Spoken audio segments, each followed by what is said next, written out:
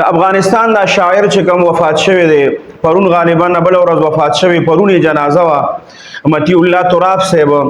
نو الته ګوره خلک په دې باندې یریدل چونکه هغه چې وکلم شاعری کولا یا به اشعار وینو په هغه کې به اکثر د خپل یو قابل خدای معاشرت چې وا د خپل ملک د پښتنو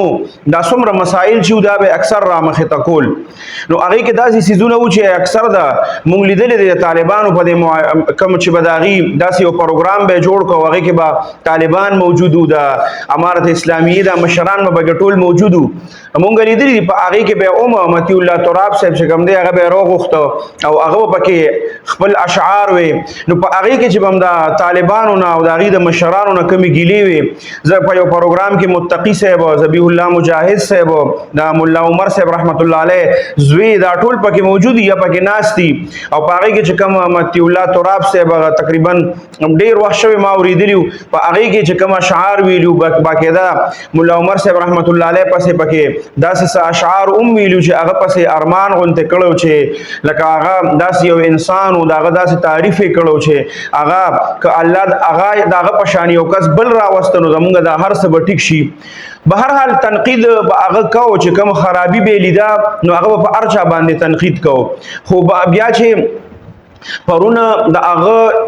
کم چې وفات شو په کابل کې نو د کابل نه چې کوم دغه ته پروتوکول له طالبانو نه طرف نه ملو شو او د افغانستان د حکومت ته طرف نه ملو شو نو دې ته سړی حیران شي چې دا وګوره خلک په طالبانو پسې په امارت اسلامي پسې بدرد وي خو ته چې وګوره د هغه پروتوکول نو د کابل نه په هلیکاپټر کې ننګرهار ته یوړو خپ پروتوکول سره او بیا چې خپل علاقې ته ولته بوتون او سګاډي مخ کې سروستو او باقاعده چې کم لګ څنګه چې د سړی او قومي شاعر وفات شي نو سرکاري گاډي سمخ کې سروستو باقاعده خپ درناوی باندې بیا خدرنه جنازه شوه دا نو یاد ساته چې کم سړی په خپل باندې درونی او خپل په خپل باندې عزتدار سړی نو دی ببلم همیشه عزت ور کوي د امارت اسلامی مبارک چې د خلکو کم احوا جوړه کړي وا هغه کې ډیر سيزونه داسې دي چې ګوره هغه غلط ثابت شو او دا پرون د هغه یو زنده مثال لې کچره د خلک الته کې خپل کاروبارونه چې چا پریخي دي چا افغانستان پریخي دي الته کې غټ غټ داغي جیدادونه پاتې شوي دي دولتونه پاتې شوي دي کدا خلک لاړ شي نو دا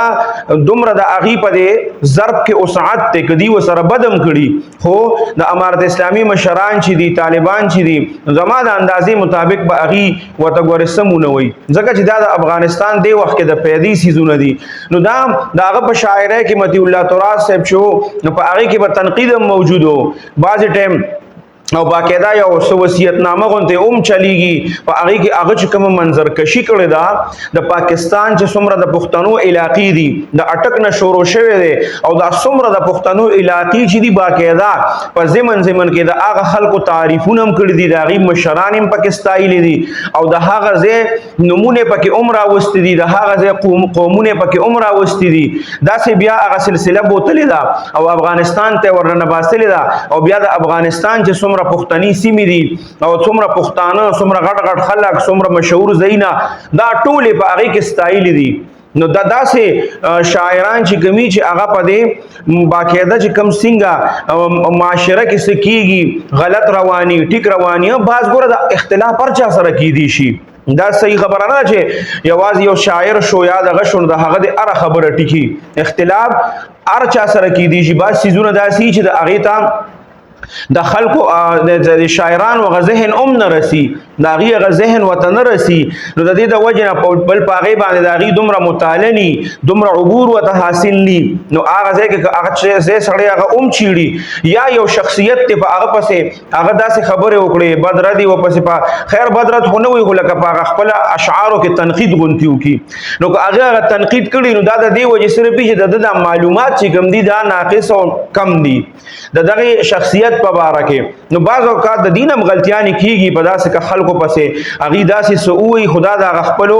کم معلوماتو د وجنه کچره د هغه سره په خپل ناست وي هغه سره ملاقات کړي هغه کسانو سره او بیا هغه پس داسې قسمه خبره او دغه کړي داسې سيزونه پکې لیدلې وي نو بیا صحیح ده خو د بل په خبرو پسې تک چې بل و پسې داسې وي یا د بل په وینا پسې تک یا تعالی چا ذهن داسې جوړ کړی دی یا خپل داسې صرف داسې سيزونه ګوري چې هغه صرف دغه خلاف خپل ذهن داسې جوړ شوی دی نو بیا خامخا دغه ذهن ماغه طرف ته کیږي او به هر حال هغه ته کم پرونه عزت ورکړل دي طالبان او امارت اسلامیه نو هغه ټول مسلمانانو چې دین او هغه باندې ډیر زیات خوشاله شي دي خاص طور باندې څومره چې شعرا دي او شونګنن سبا اسم به شعرا دا سیدی چې په اکثر په کله یو راشي کله بل راشي ځکه څوک یو قسمه شاعری کوي بل قسمه شاعری کوي نو دا سه تتر به تر شوی غونتی اومو نو دا غي د وجنه غي ډیر زیات امارت اسلامیه چې دا غي حکومت دا غي ډیر زیات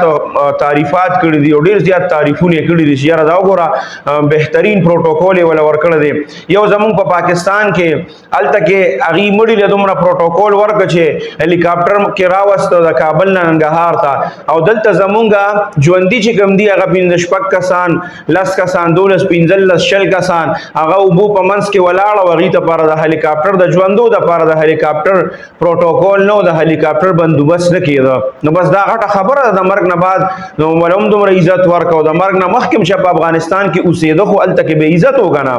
هغه بوته د عزت پسترګ باندې قتل عزت په ورکاو د دې وجنه هغه الته اوسېده کني چې کم ځای کې د چا عزت دین هغه بیا الته سکی چوسیږي